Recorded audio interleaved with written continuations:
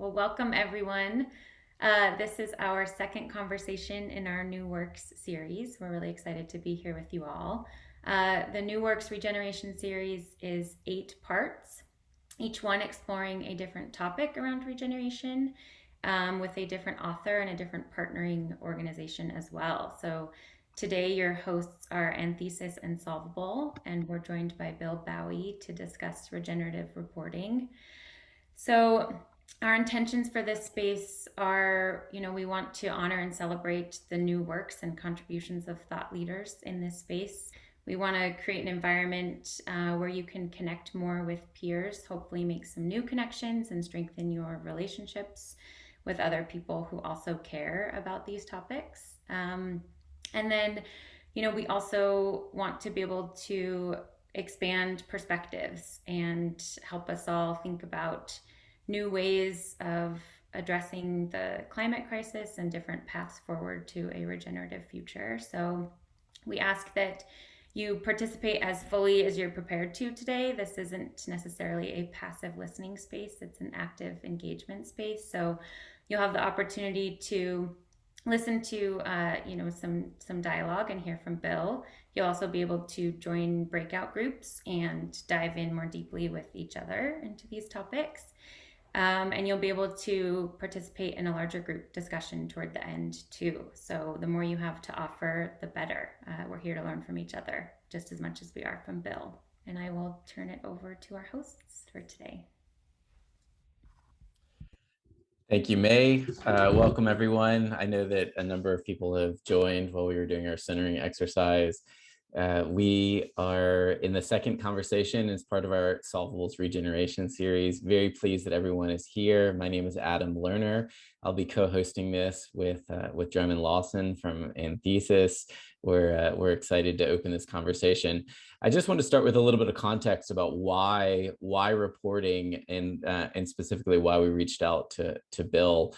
Some of us are obviously very, very steeped in the world of reporting, and then others of us kind of watch reports fly by and wonder whether they are contributing to or in fact degenerating our long journey towards sustainability.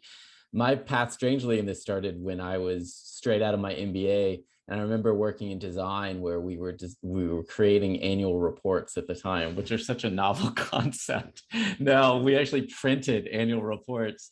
And I remember us doing the piece that was, we would have all the financial filings, which would actually be created in a different typeface on a different weight of paper, expecting actually that no one really was going to read any of the financial piece.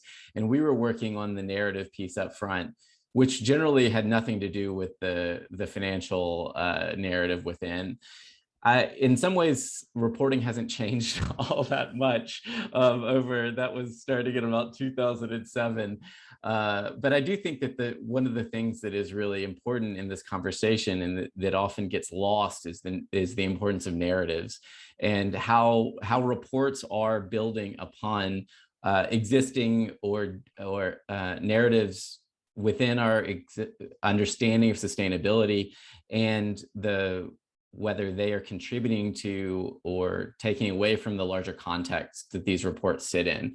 And so I do think that while we will get into lots of nuances that are about the performance of organizations and the larger thresholds in terms of sustainability, I do think that this also situates itself within a broader narrative context about how we understand sustainability. So with that, I want to introduce the two people joining me today. Drummond Lawson, who is strategy director at Anthesis, comes with a strong analytical background in environmental science. Drummond is somebody that couldn't imagine a better collaborator and co-host on this conversation with, brings a whole wealth of knowledge from working with companies both inside in his experience on the operational side at companies like Method and Arc'teryx, and now consulting to global organizations around the world. Thank you, Adam. Welcome. And it's a pleasure to be here, and nice to see many smiling faces. And thank you all for coming to a conversation entitled Regenerative Reporting, which they're not intuitively combined words. One of them's a little bit sexier than the other one. I think what'll be really cool today is getting into, what is the tension between those two, and how do they fit together, and how do we understand the role of each of them? But I guess what I'd want to frame the conversation with is, one, this is dialogue, and I'd look forward to hearing the different perspectives that come from Bill and from others in the room, and kind of where we all sit. But I guess where I come from on this one is this observation that, I'd say most, if not all, the companies that I work with want to be, or think they already are, on a path of sustainability. And the resistance doesn't come so much from, like a lack of willingness to commit or address the issues. It's maybe been uncertainty about what defines an actual state of sustainability. And then maybe in a more nuanced sense, like what would define an actual state of regeneration. And I think what'll be good to get into today is some clarity on what we actually mean in those senses. But then also, what's the role of reporting and narrative within that? In that, at worst, it becomes a tension or like a bad substitute for actual commitment to building a path towards sustainability, or a detractor. And where is it best? And what I'd love to understand better is, how do you create a virtuous cycle where that narrative that Adam was describing actually describes the commitment and the progress made on a journey towards, I loved Auden Schendler's phrasing this week of, what does it mean to stay in business forever? And how could you define that? How could you define that as the objective within an organization or within a society or a community, and then use a narrative that describes that, and then disclosure that actually brings it to life? So we'll get into that a bunch more. I'm going to hand back to Adam, who's going to introduce Bill, our speaker today, and we'll go from there. Excellent. Thank you for the context, Drummond. And we're joined by Bill Baue today, the Senior Director at R3, but also many of you know through his various advisory roles in all kinds of the standard setting organizations around the world. Bill is one of the foremost leaders, and I would consider also a very important provocateur in moving towards true sustainability reporting. Bill is constantly out there ruffling feathers, I think, all in service of greater sustainability and what the real true impact of reporting can be, and has been a champion for what we'll call in this conversation true sustainability for decades now. And of course, his colleague at R3 is here too, Ralph from. So Ralph, we're very glad to have you as part of the conversation.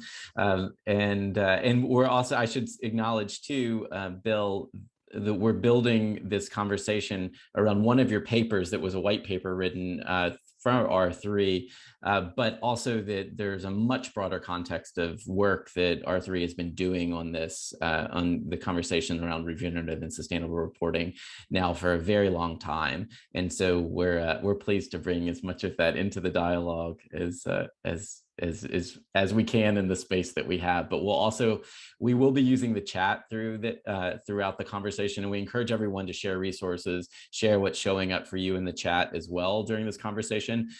For everybody that's registered, we'll also try to share those links afterwards with the recording of this conversation. So, Phil, do you want to say anything as an opening before we start in? It's great to be here. It's an honor to be invited. And it's good to hear sort of friends already referenced. I actually worked together with Auden Schendler at a high school in Colorado in the mid 1990s, and so it's good to hear some names like that. And also thank you for acknowledging the sort of provocateur role that I play. Somebody who's writing along similar lines of Auden, Ken Pucker, who I've crossed paths with, really sent a great thing where he was talking about me, and he said, Bill sort of speaks truth to power, but he also, provides solutions. And I think that's something that I sort of aspire to live up to what Ken said, by not just saying, here's what's wrong, but also, well, here's something we could do about it. So that's what I would love to get out of this conversation as well. So thanks for co-hosting, Adam and Drummond and May. Great. So let's start in with some of the big broad brushstrokes, because I think before we dive into the detail about reporting, it's really important that we talk about what our definitions for some of these terms are, that kind of that are the supporting foundations of what we're actually trying to achieve. So, Bill, one of the roles of this series is not to arrive at a prescriptive definition or singular definition for regeneration or sustainability, but we do want to create the space for each of the speakers to be able to share their own definitions. So why don't we start out with the juicy topic of how would you define sustainability, and how do you define regeneration, and what is the relationship between the two? Sure, thank you. I guess I'll give an anecdote at first of how sort of the light bulb went off in my head around sustainability. This was probably 2004, 2005, and I was writing about socially responsible investing for social funds, which was sort of the precursor of ESG investor or responsible investor, which are now sort of the main websites for that. So I was writing essentially about what's now called ESG, and I came across the writings of now a very close friend and colleague, Mark McElroy, who was talking about context-based sustainability and referring to this notion of sustainability context that actually my colleague Ralph, who's on the call, was in there in the mix of things at the Global Reporting Initiative in 2002, when this definition of sustainability context was first put forth. And so that's been really the touchstone or the North Star for my own thinking about the definition of sustainability ever since then. One way to encapsulate it is what Ralph often says is there's no such thing as a sustainable company in an unsustainable system. So in an unsustainable society or an unsustainable market or economy, if you will. And so it really makes this micro macro link. And this is one of the brilliant things that the sustainability context principle did in its original form in G2, the second generation of reporting guidelines put out in 2002, which you can't find on the GRI website, which is a pet peeve of mine, but we've got it on the R3 website under our sustainability context group tab. And what it did is it introduced two key concepts to the world.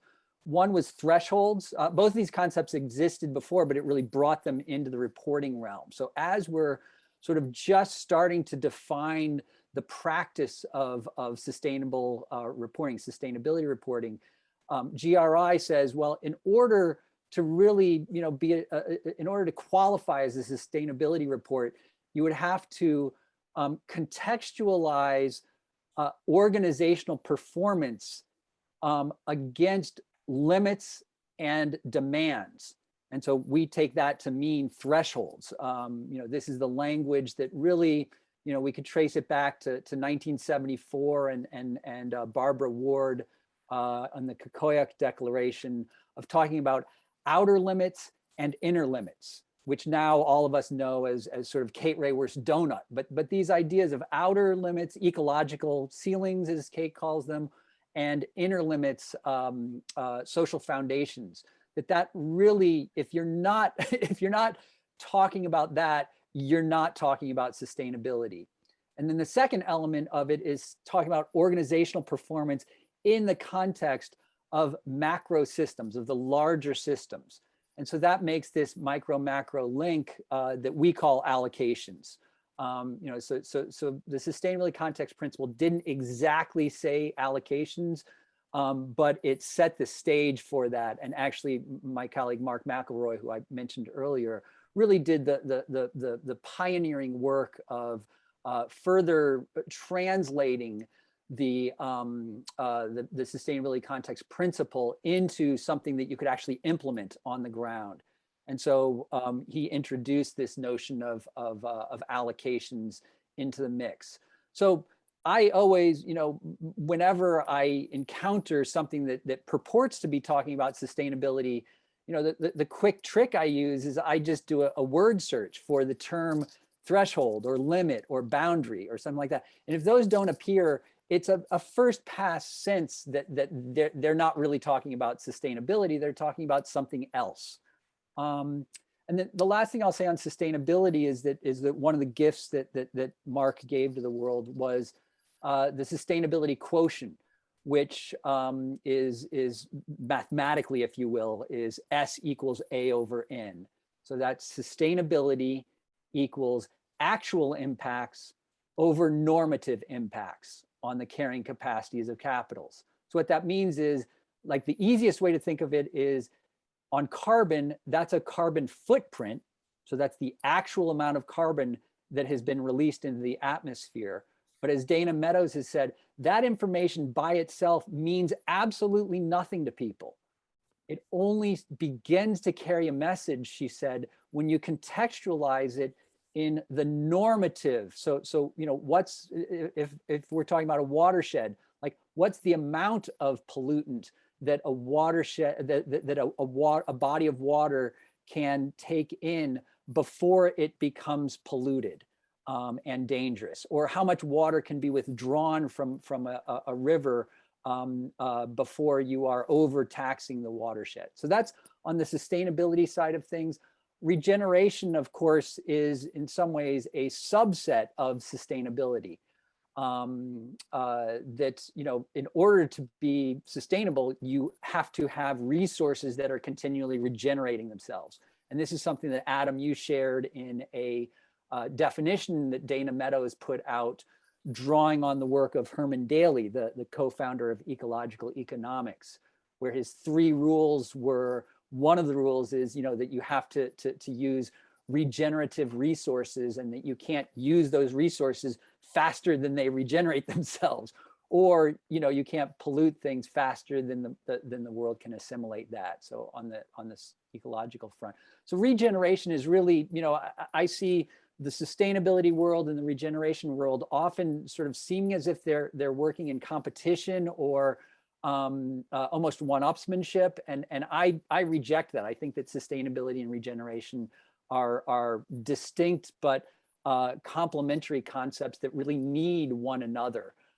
in order to operate. So one of the things that we use at R3.0 is our maturation matrix that essentially sets a kind of continuum that moves from degeneration on the far left side, and that would be, basically late stage capitalism is a degenerative regime, through to incremental progress. And so that would be like ESG, for example, and we'll talk about this a little bit more later, or corporate social responsibility. Sort of movement in the right direction, but where's the goal? Who knows, or it's compared to, your own performance last year, compared to a competitor, but not compared to these normative thresholds in the real world. So that's the center line of sustainability in our matrix. And that, you're either on one side or the other. You're either unsustainable or you are sustainable. And then once you get into sustainability is where regeneration really comes into play, that you want to continually regenerate your resources. And then thrivability is on the far side of things. And then the vertical axis, and May just put the link there that you can check this out visually. The vertical axis is just scale from, individual to organizational, micro level organizational, up to meso level, portfolio or industry, up to systems level, and even beyond the existential level, the supra level, as we call it. So that's just a starting point about talking about sustainability and regeneration. And really, I could point to, nobody talks, well, I won't say nobody talks better, but a key player in regeneration is who you'll have on this series later, John Fullerton, and John's colleague Ernesto, I think I saw on the line here. So we've got some great expertise in the room, if you will, on regeneration and sustainability.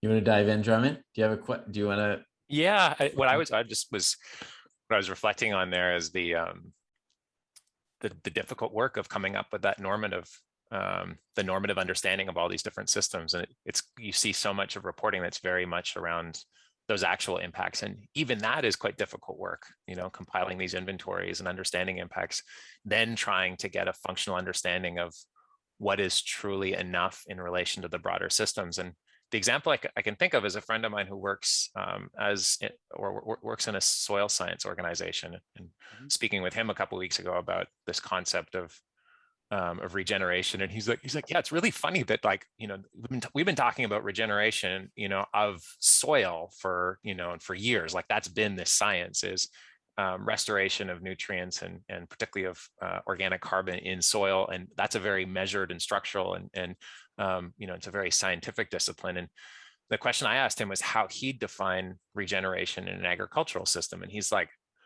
well, that one's there's the easy one. That's the we can measure that one pretty clearly, and we know what measures you'd take to improve it. He's like, but if I described that in a system, he's like, I'd want to understand, what are the interlacing biological systems. So, what are the crops? What's the interaction with the biodiversity of the region?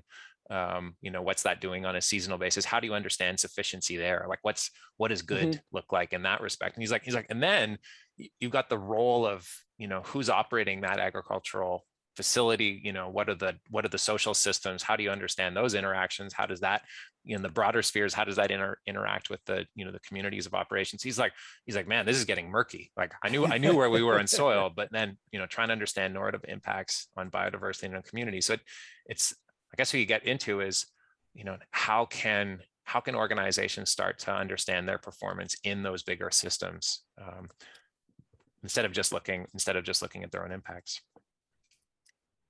Yeah, I mean, I think that is the hard work, and that's one of the reasons that's been given, at least, why sustainability context hasn't been implemented in more depth, is because of this challenge of identifying these thresholds.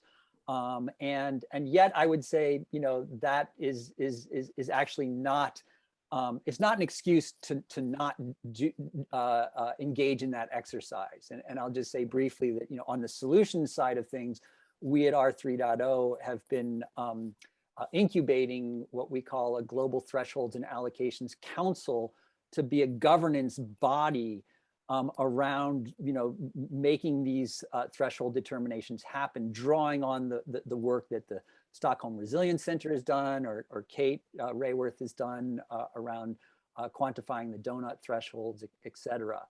And we're pivoting into also curating a global thresholds and allocations network, just to pull together the existing players, like Stockholm Resilience Center, like Kate's Donut Economics Action Lab, or the Future Fit Foundation, and others who are actively working in this sphere. And so creating a kind of a field building effort to give the resources to sort of bolster and support this emerging community of resource providers for doing the heavy lifting around identifying those thresholds.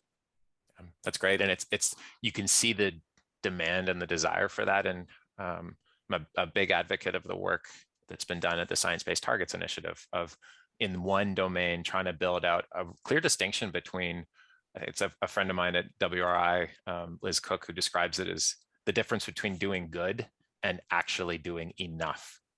And it's not the sexiest word, but it's like, it's that sense of, are the actions sufficient for that long-term survival? And in carbon, or within the science-based targets world for greenhouse gas emissions, that uptake's been really impressive. Like some somewhat wonky stuff 12 years ago is now into it's actually a friend, I see Shauna Sadowski on the line, I remember speaking with a friend of ours who was developing the first pass at this at Autodesk back in 2008, of trying to figure out, Emma Stewart, yeah. Exactly, trying to figure out how can you normalize a single company's emissions against their sector contribution, or the the growth of an industry within a country, and that's that's some like pretty big brain stuff. And a decade later now to have a toolkit that's got uptakes in the hundreds and thousands of companies, it's like the appetite is there to make that jump from, well, we're doing something, it's good, into we have confidence of the path. The trajectory forward is one of stability. So it's like, Yeah. I think the appetite is there. It's then saying, in what other spheres, what other thresholds could you build that kind of clarity around? Because then it starts to get material. Yeah, and I guess I could, Emma was within a handful of other folks who were doing that kind of experimentation, in the early days. So Mark McElroy, who I mentioned earlier, did the first version of that in 2006 with Ben and Jerry's. Chris Tuppen collaborated with Jorgen Randers, one of the Limits to Growth co-authors, and put something out for British Telecom in 2008 and 2009. Emma's work built on that in 2009, 2010. And so, and so this was a small community of people who were showing that it could be done. And in 2012, right when I co-founded the Sustainability Context Group with Mark McElroy, I was at a series conference with Janet Ranganathan from WRI. And I pointed out to her, I was like, Janet, you're the steward of the Greenhouse Gas Protocol, and yet the Greenhouse Gas Protocol has no tie-in to the climate science right now. It only tells you how to do the actual impact. It doesn't tell anybody how to normalize that, if you will. And that was actually the beginnings of the Science-Based Targets initiative. So that conversation continued over the next 2 or 3 years with WRI. And in 2013 is when the players were at the table, Mark, myself, WRI, CDP, WWF, that made the decision to start the Science-Based Targets initiative. So I think that that's a really good example of how early practice can set the foundations for something to scale up globally. And I've talked to folks who are saying that SBTI is now taking a Moore's Law trajectory of growth. So it's clearly scaling at the rate that we want it to. I won't go into here. I've got some concerns about SBTI from my sort of inside track there that I won't talk about right now on the governance side of things. But I do think that kind of proving that it can be done and showing that it's not necessarily rocket science is a really important element of this.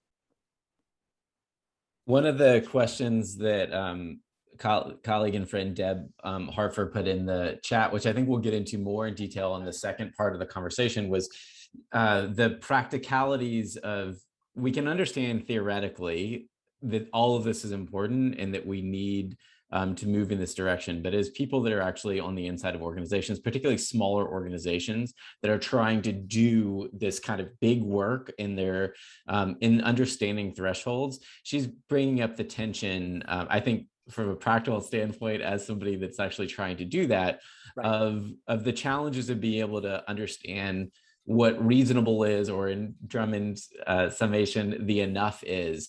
And I think before, because I think we're going to get into a lot of that in the latter half, I wonder if before we go into the breakouts, if you can set the context for the framework of the monocapitalism versus the multicapitalism, so that we start to talk about the myriad dimensions that are actually specifically being measured, and how we would be looking at a very different way of understanding value and impact as we get into the deeper conversation about reporting. Sure. So Adam is referring to the white paper that I authored for R3.0. It came out in just about a year ago, a little more than a year ago. A little less than a year ago, called From Monocapitalism to Multicapitalism, 21st Century System Value Creation. And that was something that we started in partnership with the International Integrated Reporting Council, but ended up publishing on our own, which is its own kind of interesting story of sort of inter-organizational dynamics in terms of what people are comfortable saying in terms of moving the field forward. But monocapital, and this is really building again on the work of Mark McElroy, who asserted the notion of monocapitalism and multicapitalism in 2014, and essentially saying that, you know, we conceive of capitalism, but it's really a monotheistic approach, if you will, or we're only looking at one capital, and that's financial capital.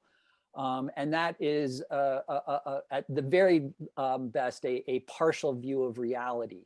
And of course, capitalism as practiced also has some other fatal flaws in it, such as, you know, being predicated on perpetual financial growth, and debt provision, and also privatization of common, you know, resources in the commons.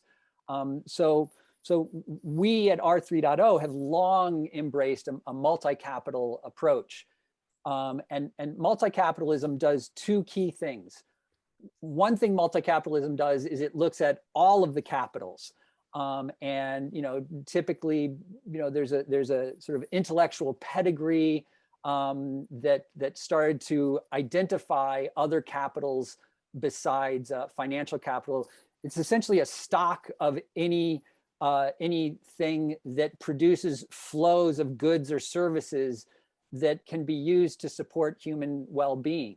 And so those obviously, of course, requires the well-being of other species and ecosystems as well.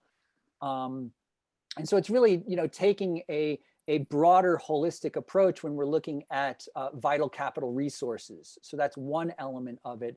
But the key other distinguishing element of multi-capitalism is this notion of the carrying capacities of the capitals. And that's something that is often left out. So Ralph and I were at dinner at a GRI conference a few years ago with Mervyn King, who was the you know, really the key player in terms of instigating the International Integrated Reporting Council and this notion of sort of a multi-capital approach. And, you know, we pointed out to him that the IARC framework doesn't actually call for addressing the carrying capacities of capitals or these thresholds. And you know, he was like, well, of course, that's, you know, of course you have to do that. That it's sort of intuitive that needs to be done, and yet it's not articulated and therefore not often practiced. So it's really important to say, if we're going to manage these capital resources, we have to do it with a sense of enoughness, or to use Drummond's term, or a sense of sufficiency. And it's sufficiency from which we can build into flourishing. You know, John Ehrenfeld famously described sustainability. This is another definition, if you will. Is sustainability is the possibility of flourishing on this planet in perpetuity. So it's sort of along the lines of what Auden was saying here. So I think that those are the two key elements of multi-capitalism. And as you can see, it really bakes into, at its core, this notion of sustainability that we've already been talking about.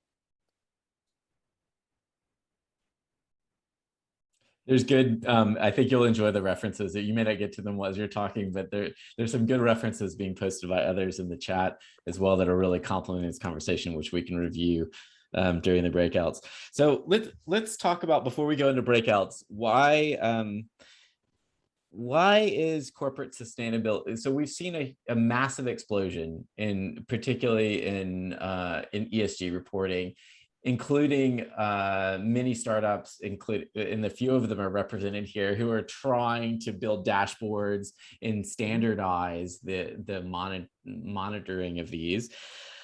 Why, while we've seen this explosion, is corporate sustainability not delivering real sustainability, despite having so many resources, so many tools thrown at it, as well as so many so much thinking over, you know, decades, as we said, starting with the early 70s. Why are we still not achieving real sustainability despite the explosion in reporting? I'd say that that's twofold. There's a sort of you know, tactical or you know, on the ground reason, and then I think that there's a much broader reason for that as well. I'll start with the with the less, you might call it less interesting, although perhaps it's more intriguing, is that this sort of the on the ground reality is that, you know, that I mentioned this sort of groundbreaking introduction of the sustainability context principle in 2002. And the bad news is that it's only gone downhill from there, that was sort of like an apex of conceptual clarity. And then, you know, GRI essentially dropped the ball in terms of providing companies the tools that they would need in order to actually implement the sustainability context principle. And, you know, I feel comfortable saying that because I've engaged with GRI for more than a decade, really sort of trying to encourage them to pick up the ball. But unfortunately, you know, they've diluted the definition. They removed the capitals from the definition at first. They continually refused to provide further guidance, even though the Sustainability Context Group was urging, pleading, begging, getting down on our knees to ask them to do so, and doing so ourselves on the sidelines. You know, the most recent universal standards that GRI just put out, they removed the notion of performance from the definition altogether, even though it had been there for the last 2 decades. So you know, essentially, we now have a sustainability context principle where you don't actually have to show that your performance is sustainable. You can just, you know, essentially be metaphorically sustainable, if you will, instead of actually sustainable. And this parallels, you know, other efforts that raised the profile of environmental and social and governance issues, while at the same time, in essence, I think politically feeling like, well, we can't go that far to actually embrace thresholds. Let's just get the E and the S and the G into the room first, and then we'll get to the thresholds. That's sort of been the strategic thinking all along. And, you know, many of us have been fighting against that thinking. You know, we think that we can walk and chew gum at the same time. And I think that what we've seen is that strategy has really failed, that we have, you know, that we've been doing what my colleague and former R3.0 steering board member, Brendan LeBlanc from Ernst & Young used to say before he passed away, which is, the only thing worse than no progress at all is the illusion of progress. And I think that ESG, I should say first, is a necessary practice, but it's necessary but not sufficient. It provides us the numerator data, the actual impacts, but it tells us nothing about the denominator data of the norms, or sort of what's good enough, to use Drummond's.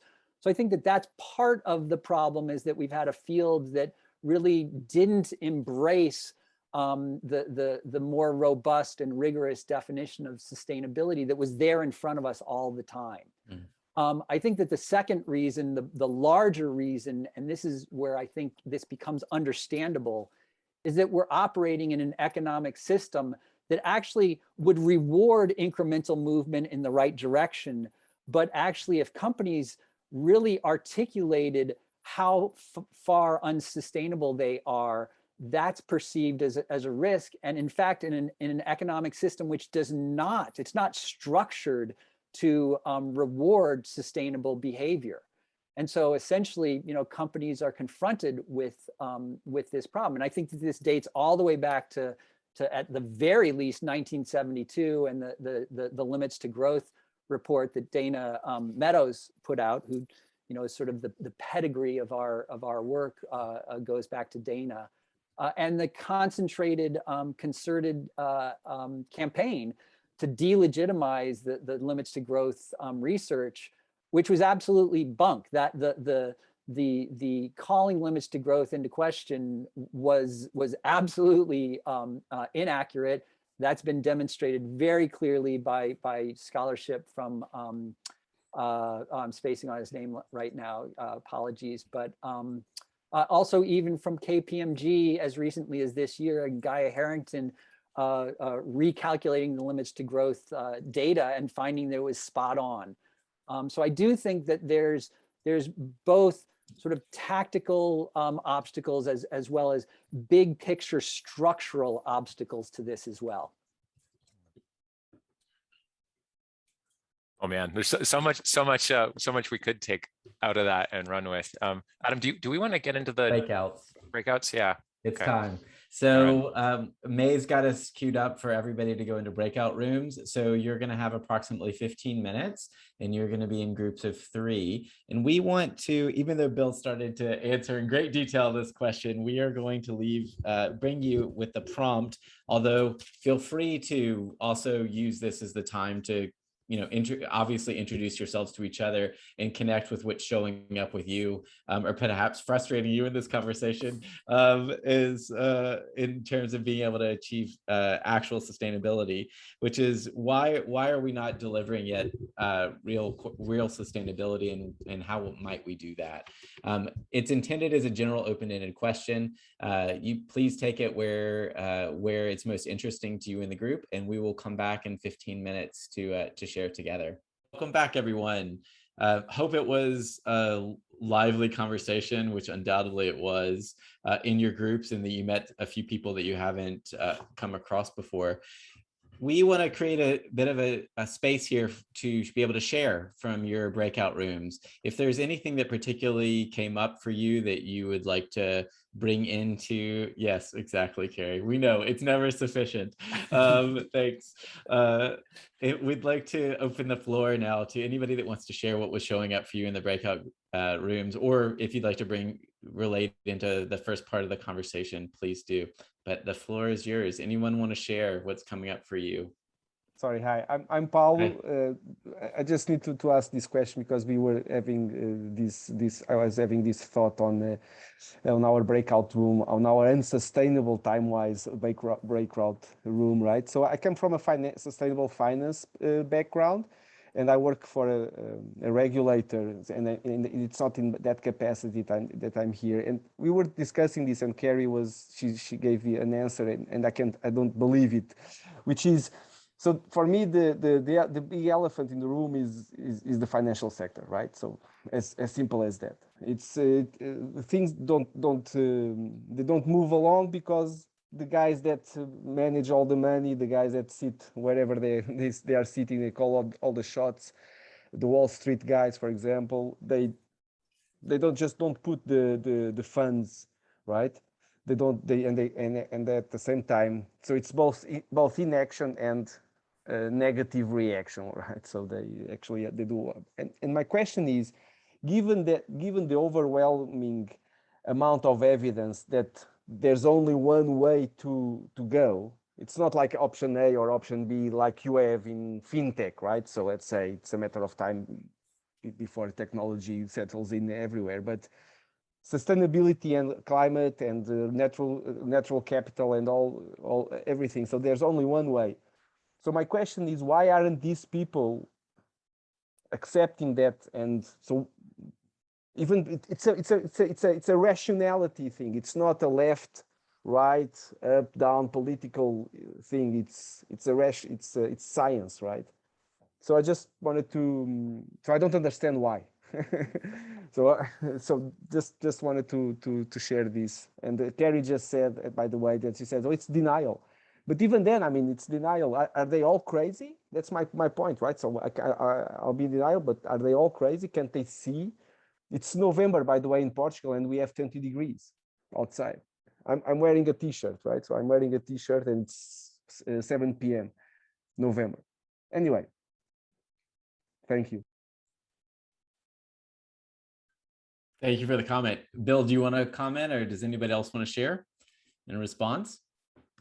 I mean, the idea that they could be fucking crazy is certainly not off the table. You know, that it takes a certain amount of sociopathic leanings. But I think that's actually, and I think that there certainly is some degrees of truth to that. But I also think that that's in some ways a simple. Like I'm saying that in some ways in jest, because I think that one can be kind of rational.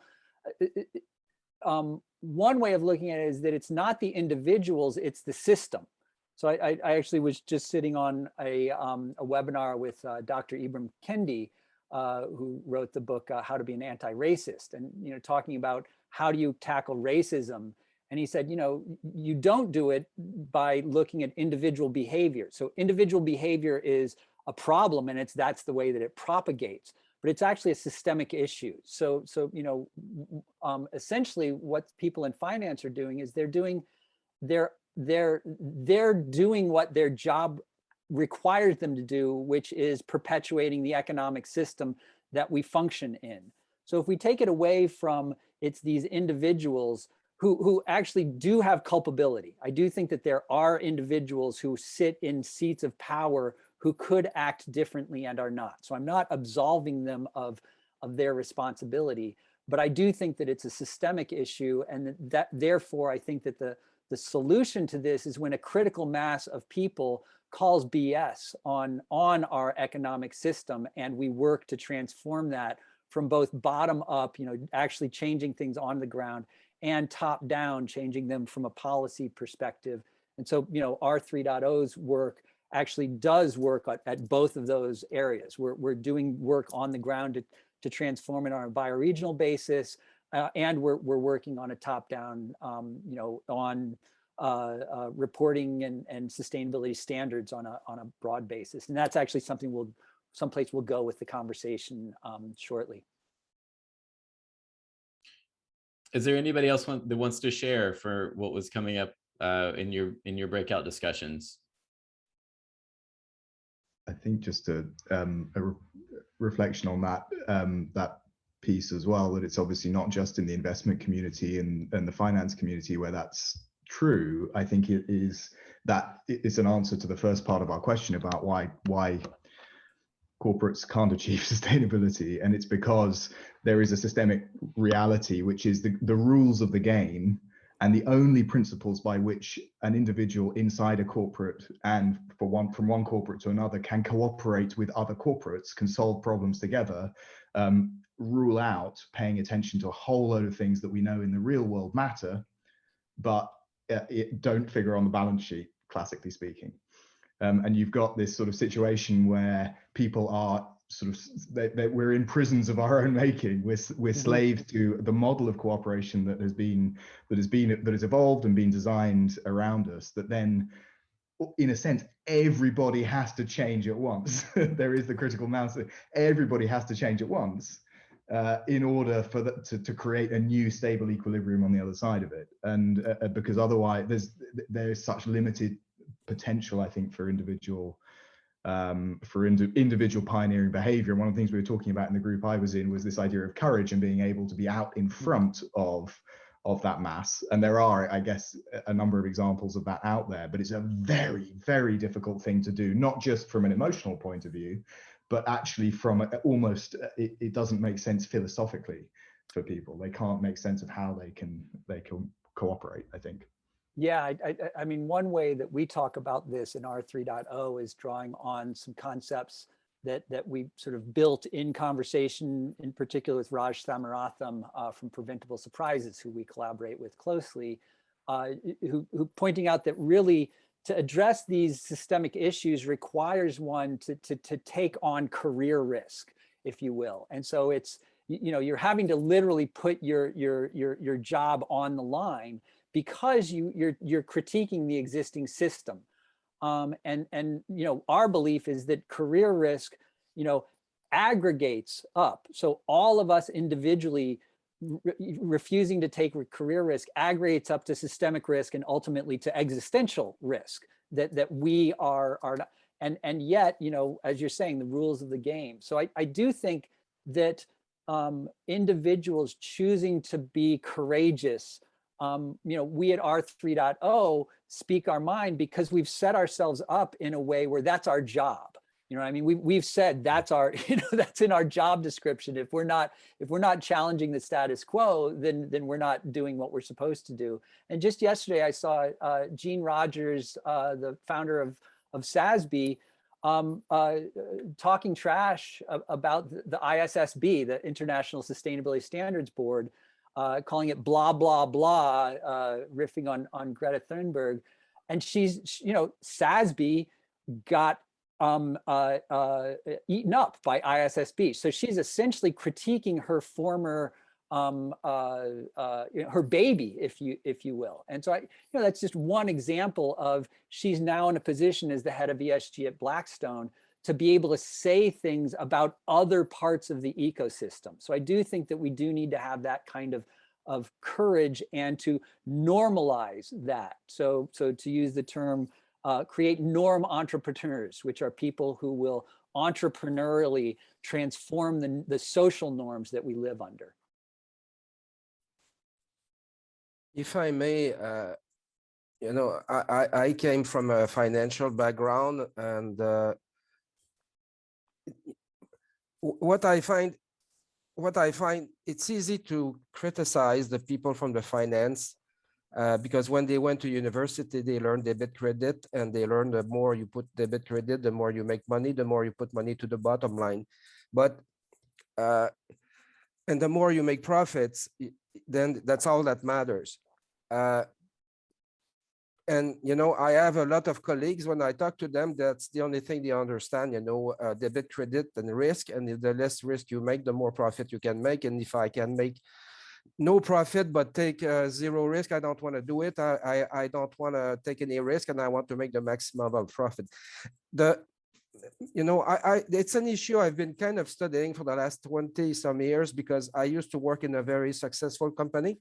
Bombardier, we were making aircraft and all kinds of stuff, and the company, not because of me, but since I left, and when I raised my hand 20 some years ago, after a board meeting where the company owners, the Bombardier family, the sisters, the Baudouin company, the reaction was like, we had like a good month and everybody was kind of tapping good profits. But my thought was that's bullshit, because the company is falling apart right under.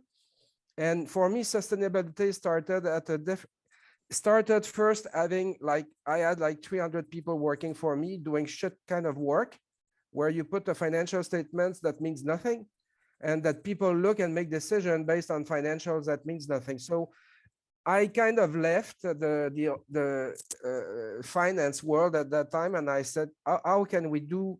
I cannot work and sleep well if I have 300 people doing shit work, working 12 hours a day to put numbers that means nothing, leading to a bunch of people flying in the Learjets to make decisions and turning off people, but people kind of keeping their jobs because they had like some amazing salaries and things like that. So the thought of how you create value is totally blind and only measured by what you could see. So the problem of the debit credit and the transactions and the engagement and looking at information is like it's all broken apart, and I think that to kind of looking at how we can change that, why is it so hard to become different than what we are, is we need to really go back to, at the end of the day, there was a post yesterday from one accountant that Luca Pacioli was a friend of Leonardo da Vinci. They were both body in the 1400s, but one took a direction and the other one took another direction, and there's no art in the bloody finance.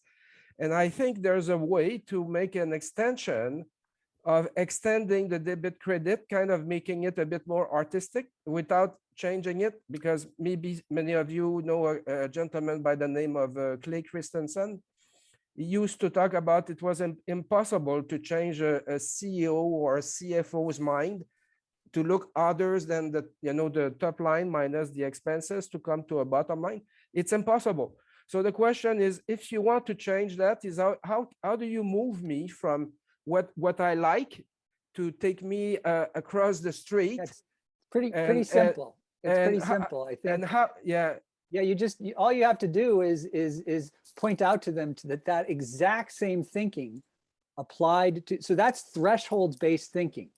So debit and credit, a profit is when you have cleared your threshold of your income or your revenues exceeding your expenses. If we, obviously it's more complex than that, but if we simplify it down. So we already apply that thinking, but we only apply it to finance. So all we have to do, I mean, this is, provocatively oversimplifying, but essentially all we have to do is apply that same thinking to all of the other capitals as well. And so in some ways, we're not really fighting that mindset. We're fighting the uncreative, to riff on what you're saying, John, the uncreative application of that. So we just simply have to widen our aperture, if you will, and apply a thresholds-based approach, a sort of a profit, if you will, based approach to everything else besides finance. So that's at least one way to get the ball rolling in that, direction. But thank you for that provocation. I'll just finish. My view, because before becoming an accountant, I wanted to become a doctor, and I did the first year of medicine, and then I went to become an engineer, and I did the first year and I did not like it, and I ended being an accountant. But when I was looking at the problem of accounting, it was not an accounting problem, it was a physics problem. It's a force. Either you turn people on and they're a force with you, like an airplane when you take off, or you are like an airplane flying like Boeing, and now you take the force and you put the engine to come down. So for me, and I was a very bad accountant, and I was always told you're different than others. But the notion of what accountants have been using of capitals, for me, from the get-go, has been wrong. And I've been telling Carol Adams and all the Paul Druckmann, you guys are falling apart, because it's not, a human is not a capital, it's a force. Either we are together and we are a force, and the force is more than the addition of 1 and 1, so it's like 5, or the force, you and me are so in knocking our heads together, it's -5. So either you bring the forces together, which then you go and you change the complete sense of, when you look at the top line, and I will finish on that, we were selling like 50 aircraft a month, but 95 were delivered late, which means that every time you look at $2 billion of sales this month, you add 1.75 billion of sales that were not bringing you up, but bringing you down, because the customers were turned off.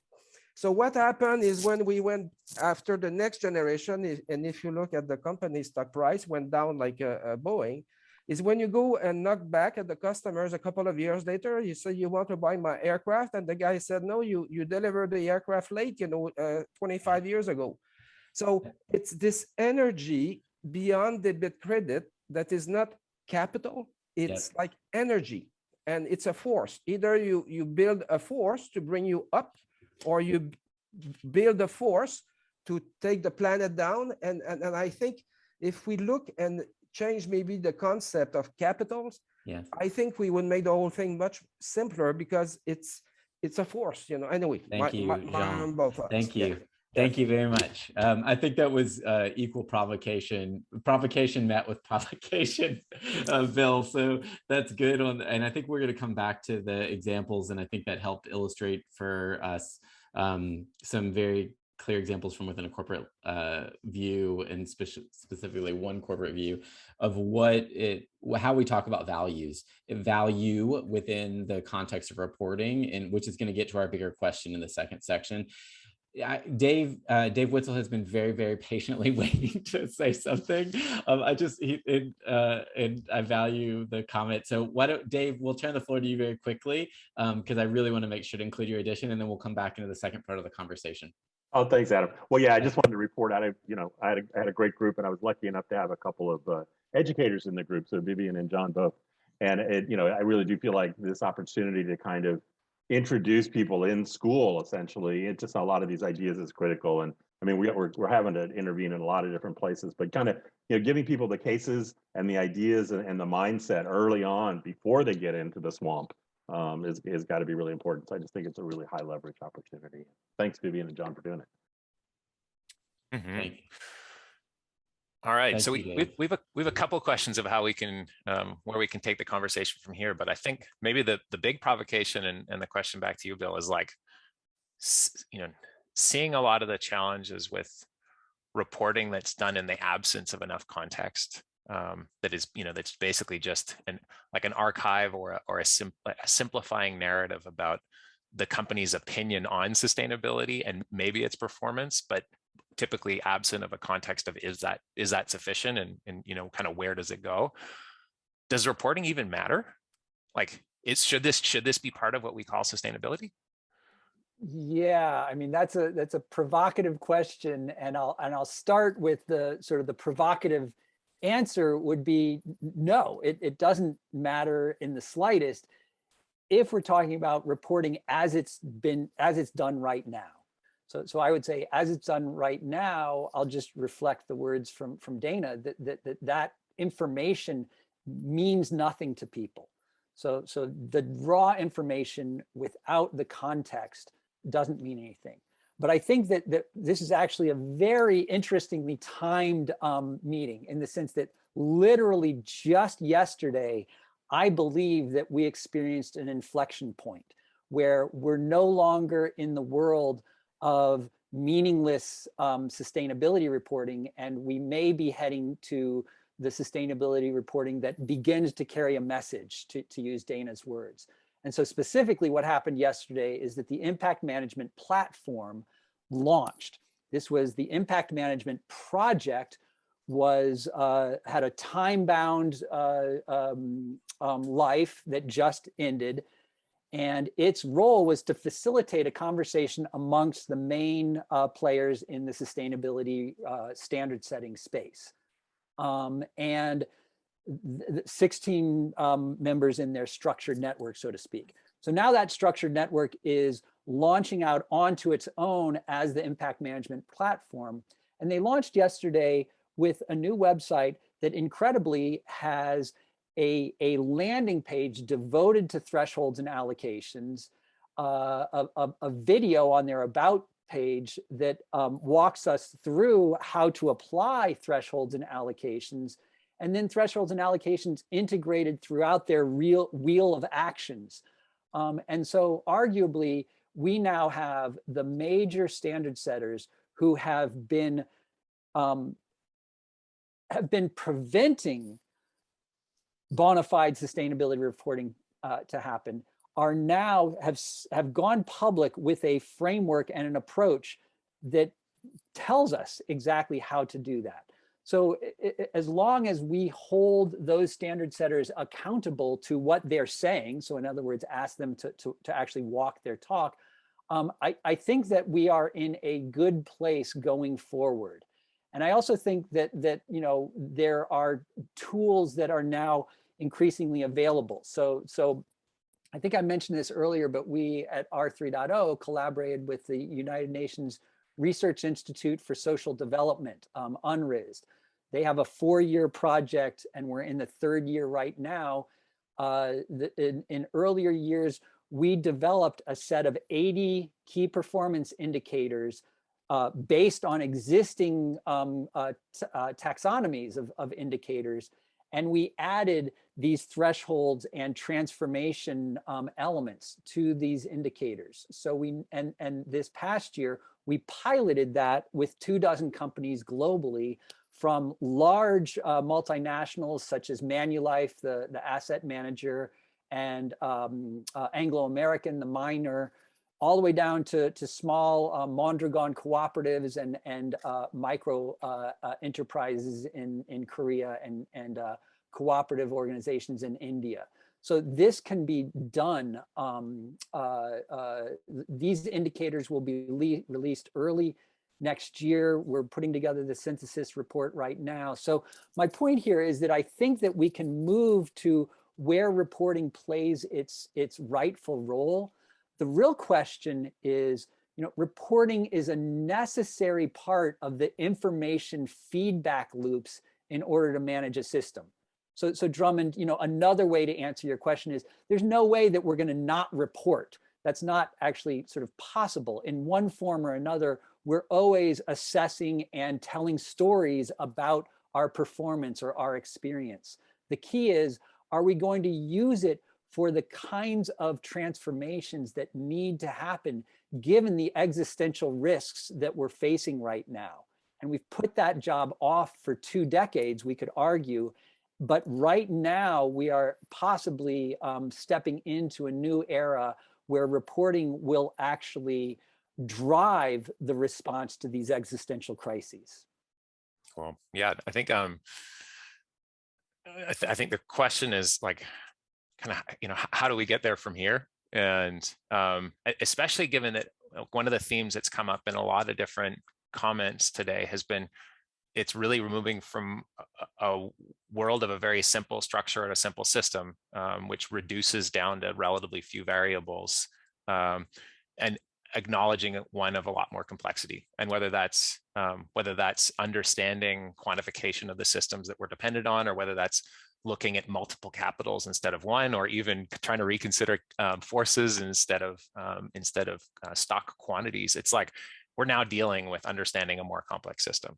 And you can understand the instincts inside of a company of being like, anybody puts their hand up and says like, it's a lot more complicated than you think, and listen to me for a while and I'll try to explain it, doesn't generally get much of an audience. Like that's like right. you get promoted for saying the opposite of that, actually. The thing I point to always is like, we as a human species came up with fucking credit default swaps. So we're not afraid of complexity if there's the sense that we could, make an obscene amount of money from it. I think that what we need to do is shift to leveraging an acknowledgement of complexity because we have to. So it's not about making obscene amounts of money. It's literally saving our own asses and saving, more importantly, a world that is gives the possibility to flourish, to use Ehrenfeld's terms, to our children, our grandchildren, and all of the sentient beings on this earth. I mean, I think that we owe it to them, but it's just stupid to essentially test the Darwinian theory of extinction of species using ourselves as the case example. It's not exactly a hypothesis that I want to test. I would rather that we continue to exist. And I do think that reporting can play that role because reporting can reveal the degree to which we are courting existential risk, not only at the collective level, but even at a company level. I mean, I would say that as Jean was saying, like, the company cares about its accounting, its financial accounting, because that shows the sustainability of the organization. I would say that, we need to do these measurements and reporting, whether you're calling them capitals or just calling them resources, to tap into those, the forces, the flow of force, to use Jean's sense, that it's towards a system that will be able to continually regenerate instead of one that degenerates to the degree that it is no longer viable for human beings. So to put a fine point on this, I think that sustainability reporting is moving into a realm where it's used as a tool to show how companies can navigate through this funnel and to not only survive, but to thrive when we get onto the other side of it. So I think it's actually, does it matter? Yes, it matters incredibly at this point. Yeah, I love that. And those would be, if that's what an ESG report was, that'd be like the most exciting reading you could find on any company's website, is like, what's the narrative of our journey of like enduring thrivability? how can we build that continuity, and what do we see as the critical problems to solve, and how are we making progress against them? And it's like, that's the sense of like what could that report look like within a given company, and how do we build to there from from the kind of the current data and anecdote structure. So. And I get a sense from the comments too that this is where it seems like a lot of the tension is lying from the comments that Mackenzie has made, and Deb and others, that there seems to be a strong disconnect between the reporting side and the operating metrics that sit within the organization. They're actually guiding. So if you have that future guidance as a journey, it seems like there's a significant gap there, that at an operational level for a team or a division or a department, that they don't actually know the metrics that they're building into for the values that they're trying to create at a sustainability level, that have a time horizon outside of perhaps a year out. And so what is the function, how is the gap bridged at an operational level, that the reporting is done as the long journey, and then it operationalizes back into tangible outcomes that a team can actually understand their actions against? Yeah, I mean, this is where something like the multi-capital scorecard that again my colleague Mark McElroy developed. He did it specifically because that's what companies use, is a scorecard for tracking those metrics and integrating those metrics into the actual corporate performance. And that, that's something that we at R3.0 have advocated. Again, using the existing language of business, we created a Deming wheel to do what we call the integral materiality process, or actually it really should be called the integral management process, because we carry this all the way from the materiality determination, which is the key starting point, all the way through to what are the implications for governance, what are the implications for risk, what are the implications for strategy. That the answers to your materiality question, if you're doing the right kind of materiality, actually steer you all the way through a plan, do, check, act Deming wheel. If you're doing this in really a smart way, or a way that you're able to navigate the challenges that we're facing now. Thank you. So I want to, we're almost at time. So I wanted to have closing comments. Maybe Drummond and Bill, share any closing comments that you want to leave everyone with, as well as how they might reconnect with you or follow your work coming out of this conversation, realizing that even an hour and a half is entirely insufficient for 15-minute breakouts. Sure, an hour and a half is also insufficient. So what do you want to leave them with, and then how can they connect and follow your work? So what I'd finish with, first of all, is I love the diversity of perspectives that came up in this conversation, of like different concepts of the role of what reporting can play. But I think what's interesting about it, like where we go from here, is how do you start to build the literacy inside companies of how understanding limits can actually be empowering for something really exciting, which is about building that enduring definition of thrivability. And it's like, that's the case to get into that complexity and build that understanding, and that concept of, grow and thrive and build prosperity in the future, that's way more exciting than a credit default swap. So there's the willingness to embrace that complexity and build that into part of how a company operates. And that's the journey that I'll be interested to help companies make sense of and build against. That sounds great. I look forward to joining you on that, Drummond. I would just say, I would actually echo that, people sort of, I think human beings in some way sort of rebel against the idea of limits when it feels like they're imposed onto us. We're like, no, you're not going to limit me. But if you look at, somebody like Picasso, who used limits as a sort of as a spur to creativity, or Miles Davis, who took the scale of notes and minimized them down to the absolute essence. I mean, that is dealing with limits and sort of what is the canvas that we have to work with.